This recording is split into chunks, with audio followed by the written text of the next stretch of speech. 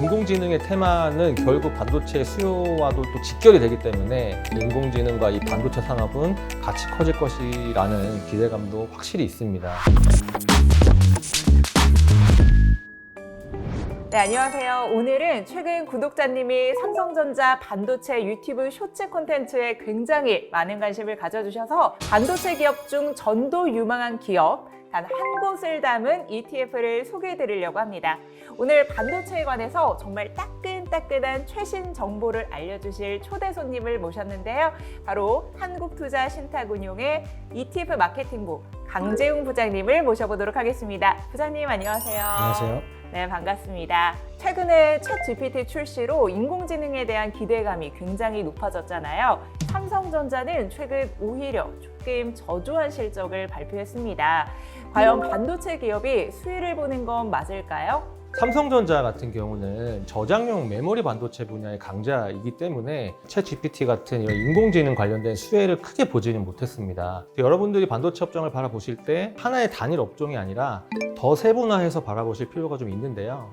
메모리 반도체, 그 다음에 비메모리 반도체, 파운드리, 반도체 장비 이렇게 4개의 세부 업종으로 나눌 수가 있어요. 먼저 메모리 반도체 같은 경우를 보면은 많이 쓰시는 이제 스마트폰 같은 경우 예를 들어 보면 용량이 부족해서 탑재하는 칩이 메모리 반도체라고 보시면 될 것 같고요. 비메모리 반도체라고 말씀드렸는데 컴퓨터 안에 CPU라고 하는 처리 장치가 이제 비메모리 반도체라고 말씀을 드릴 수 있을 것 같아요. 이 파운드리는 이제 외부에 있는 고객으로부터 반도체 설계 디자인을 주문을 받아서 생산만 하는 공장이라고 보시면 될 것 같고요. 반도체 장비에 대한 좀 말씀을 드리고 싶은데요. 반도체를 제조를 하려면 공장 안에 다양한 장비들이 있습니다. 반도체 장비 분야의 강자는 그 네덜란드의 ASML이라는 기업이 있습니다. 이 기업이 장비를 공급하는 그 속도보다 수요가 훨씬 빨리 증가해서 오히려 고객이 우리한테 장비 좀 팔아줘 매달릴 정도로 굉장히 높은 그 인기를 좀 누리고 있습니다. 반도체 기업이 AI 산업 성장에 모두 수혜를 보는 건 아니라는 뜻이군요. 그렇다면 정확히 어떤 기업이 수혜를 받는 걸까요? 엔비디아의 AI 연산 프로세서 A100이라는 GPU가 AI 연산 작업에 특화되었다는 시장의 호평이 굉장히 많습니다. 엔비디아도 이 관련된 AI의 수혜 종목으로 좀 분류가 돼서 최근에 주가도 지속적으로 좀 강세를 보이고 있고요. 오픈 AI는 챗 GPT 구동을 하기 위해서 이 엔비디아의 GPU, 데이터 센터용 GPU를 쓰고 있습니다. 엔비디아의 부문별 매출 추이를 좀 보면은 AI 관련 데이터 센터 매출 비중이 점차 확대가 되고 있습니다. 우상향을 좀 계속 하고 있고요. 굉장히 다양한 산업들이 지금 인공지능을 빼놓지 않고 다 고려를 하고 있기 때문에 성장 모멘텀은 좀 강하다 이렇게 좀 표현을 할 수 있을 것 같습니다. 엔비디아의 기대가 되는 이야기였는데요.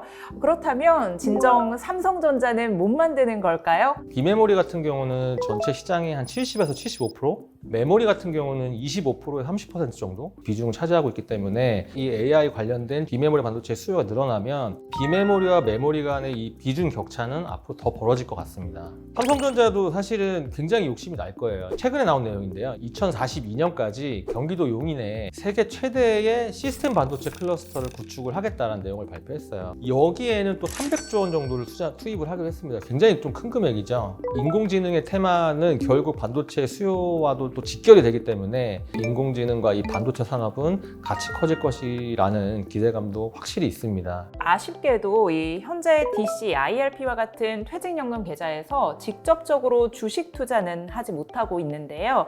엔비디아와 같은 기업에 선별적으로 투자할 수 있는 방법이 있을까요? 중장기적인 관점에서 연금 투자를 하시니까 장기적인 수혜가 가능한 섹터, 테마, 종목 이런 것들에 투자하시는 게 좀 긍정적이고 필수적이라고 생각을 합니다. 오늘은 AI 테마 중심에 있는 그 GPU 생산업체인 엔비디아 단일 종목에 투자하는 ETF를 좀 소개해드리려고 하고요. 참고로 이제 ETF의 규정에 대한 내용을 잠깐 말씀을 드리면 원래는 이 자산별로 10개 이상 종목에 투자를 해야 했어요. 예를 들어서 혼합형이면 주식 10개, 채권 10개 이상에 들어가야 했습니다. 최근에 이제 ETF 산업이 워낙 빠른 속도로 발전을 하고 있고 투자자들의 수요도 굉장히 다양해지다 보니까 2022년에 이러한 규제가 완화가 돼서 혼합형이어도 자산의 종류와 상관없이 전체 종목 수가 10개 이상이면 상장이 가능하도록 바뀌었습니다. 저희 한국투자신탁운용도 작년 11월에 이제 엔비디아 주식 1개 종목, 국내 우량한 채권 해서 총 10개 종목에 투자하는 에이스 엔비디아 채권원화 블룸버그 ETF라는 ETF를 상장했습니다.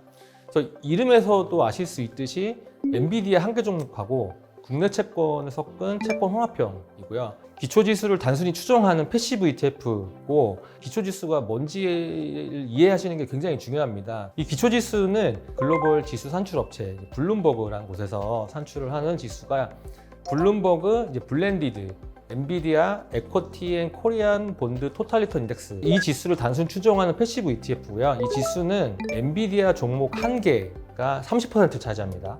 나머지 70%는 한국의 국채 아니면 이 투자 적격 등급 같은 우량한 채권에 투자를 하기 때문에 굉장히 채권 쪽도 안정성이 좀 뛰어나다, 이렇게 좀 보실 수 있고요. 이 엔비디아 개별 종목은 당연히 미국 증시에 상장이 되어 있습니다. 달러화로 매매가 되는 주식이죠. 이 ETF는 환해지 전략을 실시하지가 않습니다. 그래서 ETF 전체 순자산 총액의 30%, 이 엔비디아 포지션만큼은 $1 환율에 오픈이 돼 있어요. 나머지 70%의 국내 채권 비중 같은 경우는 신용 등급이 AA- 이상의 국고채 아니면 통화 안정 채권이라는 통한채로 구성도 되어 있고, 70%에 투자하는 채권 같은 경우는 만기가 1년 내외로 굉장히 짧은 편이에요. 그러다 보니까 금리가 뭐 위로 가든 아래로 가든 최대한 이 채권 부분에서 손실을 좀 많이 방어하자라는 좀 전략을 사용해서 초단기 채권만 좀 주로 편입하는 편입니다. 채권 비중이 70%를 차지하고 있기 때문에 DC나 IRP 같은 계좌의 채권 혼합형은 100%까지 채울 수가 있어요. 현재 국내 채권 금리가 금리 인상 때문에 낮지 않은 상황입니다. 그래서 엔비디아 주식 비중 외에도 이 70%의 국내 채권 같은 경우도 현 시점에서는 투자 메리트가 좀 높기 때문에 채권 혼합형을 투자해 보시는 것도 굉장히 좀 장기적으로 긍정적인 전략이라고 생각을 합니다. 네, 자세한 설명 너무 감사드립니다. 그런데 너무 한 종목에만 집중 투자를 하다 보면 아무래도 기업에 대한 리스크에 노출될 수가 있는데요. 다른 대안은 없을까요? 그 기업이 좋고 성장성이 좋고 모멘텀이 강하다고 해서 분산 투자를 안 하시면 예상치 못한 일이 또 발생할 수 있습니다. 반도체 전반의 산업 그 4개의 세부 섹터에 좀 나눠서 분산 투자하면 어떨까라는 또 분들도 계실 것 같아요. 그래서 저희 한국투자신탁운용이 운용 중인 4개의 섹터 각각의 1등 기업에 집중적으로 투자하는 상품이 있는데, 이게 에이스 글로벌 반도체 탑4 플러스 솔렉티브 ETF라는 ETF가 있어요. 그 내용도 참고해 보시면 좋을 것 같고요. 이 상품에 대한 자세한 정보는 저희 한국투자신탁운용 유튜브 채널에 상품 안내 영상이 있습니다. 그 영상을 통해서 확인해 보시면 좋을 것 같습니다. 오늘 너무나도 감사했습니다. 네, 감사합니다.